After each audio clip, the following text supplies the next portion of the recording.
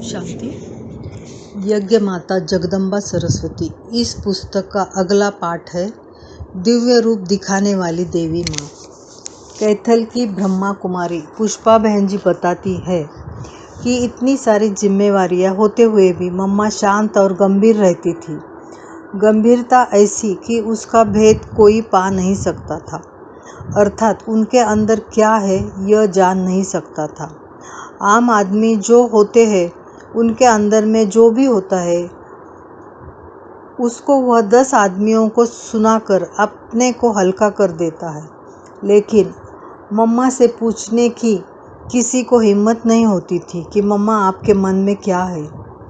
इतनी वह सागर की तरह गंभीर थी। इसका अर्थ ये नहीं है कि मम्मा हर्षित मुख नहीं थी। मम्मा हंसती थी, लेकिन शालीनता के साथ। जब मैंने पहली बार करनाल में मम्मा को देखा तब उनको मैंने जगत माँ के रूप में देखा। मम्मा महीना भर करनाल में रही। मम्मा बड़े बड़े बुजुर्गों को भी बच्चों की तरह पालना देती थी।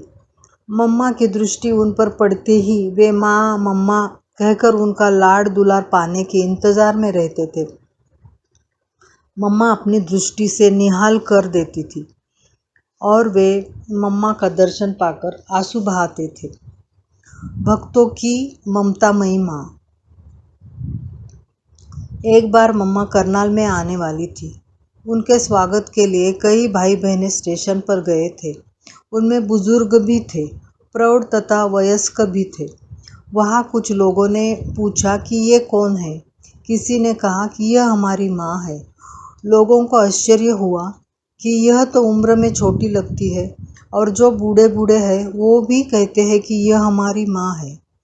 फिर मम्मा वापस आबू आ रही थी तो स्टेशन पर सबको दृष्टि दे रही थी। उतने में स्टेशन मास्टर ने आकर पूछा, ये कौन है? तो उसको कहा गया कि ये हमारी माँ है। उसने भी आश्चर्यचकित होकर मम्मा को देखा और मम्मा ने भी उसको देखा। मम्मा की दृष्टि पड़ते ही वह मम्मा के चरणों में गिर पड़ा और वह माँ माँ कहने लगा। इस प्रकार अनेक भक्तों को भी आभास होता था कि मम्मा एक देवी शक्ति है, देवी माँ है। मैं बहुत बांधेली थी। एक बार मैं छिपकर मम्मा से मिलने गई।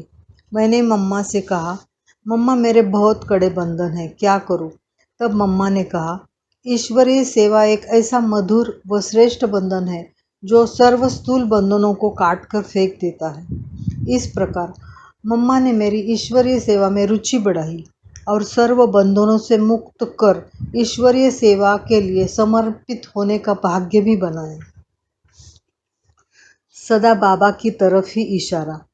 एक बार मैंने मम्मा से कहा, मम्मा मैं आपके ऊपर बलि चढ़ती हूँ। मम्मा ने कहा, मेरे पर नहीं, शिव बाबा पर बलि चढ़ो। मैंने कहा, बाबा तो सामने है नहीं, सामने तो आप है, इसलिए आप पर बलि चढ़ती हूँ। मम्मा ने कहा, देखो बच्ची, बलि चढ़ना आसान नहीं है। सारे लोग देख रहे हैं, दुनिया भी देख रही है। मैंने कहा, मम्मा मैं तो पहले ही आप पर बलि चढ़ी हुई हूँ। मम्मा ने कहा, बलि पूरा चढ़ना पड़ेगा। मैंने कहा, हाँ मम्मा। उसी समय मम्मा ने मेरे सिर पर हाथ रखा और कहा, तुम अभी शिव पर बलि चढ़ गई हो। मम्मा ने बलि अपने ऊपर नहीं चढ़ने दिया। कहा, तुम शिव पर बलि चढ़ी हो। इस तरह मम्मा हमेशा एक बाबा की तरफ ही इशारा करती थी और कहती थी कि उसी एक का अनुसरण करो और उसी को याद करो। बाबा के प्रति और यज्ञ पे प्रति अटूट स्नेह। बाबा की हर बात पर मम्मा सदा हाजी हाजी करके चलती थी। मम्मा ने साकार बाबा में सदा निराकार बाबा को देखा। उनकी किसी भी बात को कभी हल्के रूप से न देखा न लिया। सदा ऑलमाइटी की आज्ञा समझकर चली और दूसरों को भी यही सिखाती रही। मम्मा के प्रति बाबा का दृष्टिकोण। बाबा मम्मा को बेटी के रूप में देखते थे तो माँ के रूप में भी देखते थे। बाबा ने उनको हमेशा यज्ञ माता का ही सम्मान दिया। कभी बाबा मम्मा को कहते, मम्मा आप यज्ञ माता है, जगत माता है, बच्चों को याद प्यार दो। तो मम्मा बाबा के कहने अनुसार याद प्यार देती थी। इस प्रकार बाबा भी मम्मा को बहुत इज्जत देते थे और वैसे व्यवहार भी करते थे। इस प्रकार बाबा मम्मा को बेटी के रूप से आज्ञा भी करते थे और यज्ञ माता के रूप में अथाह सम्मान भी देते थे। सजा से कोई सुधरता नहीं। कचहरी में मम्मा गलती किए हुए व्यक्ति को सजा नहीं देती थी अथवा डांटती नहीं थी, परंतु यह जरूर कहती, आगे के लिए ध्यान रखो और दोबारा गलती होने नहीं देना, अच्छा कर्म करो। मम्मा यहाँ तक कोशिश करती थी कि इनकी बात यहाँ तक ही रह जाए और बाबा तक न जाए। ओम शांति।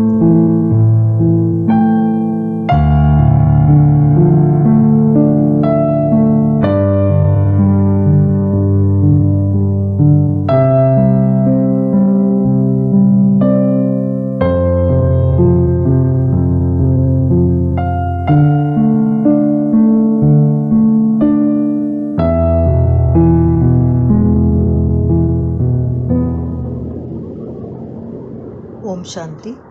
यज्ञ माता जगदम्बा सरस्वती इस पुस्तक का अगला पाठ है। यह क्या सब देवियाँ यही आ रही है?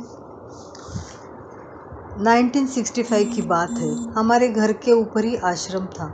मैं उस समय ज्ञान में तो नहीं थी, लेकिन बहनों को देखकर खुशी होती थी। एक दिन एक बहन किसी से कह रही थी कि हमारे यहाँ मम्मा आने वाली है। वह कभी कहती जगदम्बा आने वाली है, कभी कहती वैष्णो माता आने वाली है। मैं सोच में पड़ गई कि क्या यह सब देवियाँ यही आएंगी। अम्बाला सिटी की ब्रह्मा कुमारी सरोज बहन जी अपना अनुभव सुनाते हुए आगे कहती है कि मम्मा की कार सेवा केंद्र के पास आई और कार से मम्मा उतर रही थी। मैं सबसे पीछे थी। मम्मा ठीक तरह से दिखाई नहीं पड़ रही थी, इसलिए मैं आगे चली गई। दीदी ये लाल वस्त्र पहनी है या सफ़ेद? मैं छोटी थी तो मुझे आगे जाते हुए देखकर कोई कुछ बोला नहीं। जैसे ही मम्मा कार से उतरी और उनकी दृष्टि मेरे ऊपर पड़ी तो मुझे लगा कि मम्मा कार से नहीं उतर रही, लेकिन शेर की ऊपर से वैष्णो माता उतर रही है। मैं मूंझ गई, मैं ये क्या देख रही हूँ। वह कभी सफ़ेद वस्त्र में दिखाई पड़ती थी तो कभी लाल वस्त्र में दिखाई पड़ती थी। मैंने बहन जी से पूछा, दीदी यह लाल वस्त्र पहनी है या सफ़ेद? उन्होंने कहा, अभी चुप रहो, बाद में बता दूंगी। मम्मा के स्वागत के लिए मैंने जाटनी और मेरे भाई ने जाट बन उनके सामने एक नाटक किया। उस समय मैंने मम्मा में जो अलौकिक आकर्षण देखा था उसको आज तक भी नहीं भूल पाई हूँ। मम्मा का कन्याओं के प्रति बहुत प्यार था। बटाला में रोज शाम को करीब 40 कन्याओं की क्लास होती थी। सारी की सारी कन्याएं बांधीली थी, फिर भी कोई न कोई बहाना बनाकर हम सेवा केंद्र पर मुरली सुनने आती थी। असुर संहारिणी। बटाला में एक बड़ी हवेली थी। उसके ऊपरी मंजिल पर आश्रम था। नीचे हवेली में मालिक रहता था, साथ में दूसरे किराएदार और हमारे परिवार वाले भी रहते थे। बहन जी ने मुझे बहुत बार कहा था कि तुम एक बार उस मकान मालिक को आश्रम पर ले आओ, वह तुम्हारी बात सुनेगा। क्योंकि मैं बहुत छोटी थी और उनका मेरे से बहुत प्यार था, इसलिए मेरी बात पर कभी ना नहीं करते थे। उस समय मम्मा बटाला में आई हुई थी। मैं सुबह सुबह मकान मालिक का दरवाज़ा खटखटाने लगी।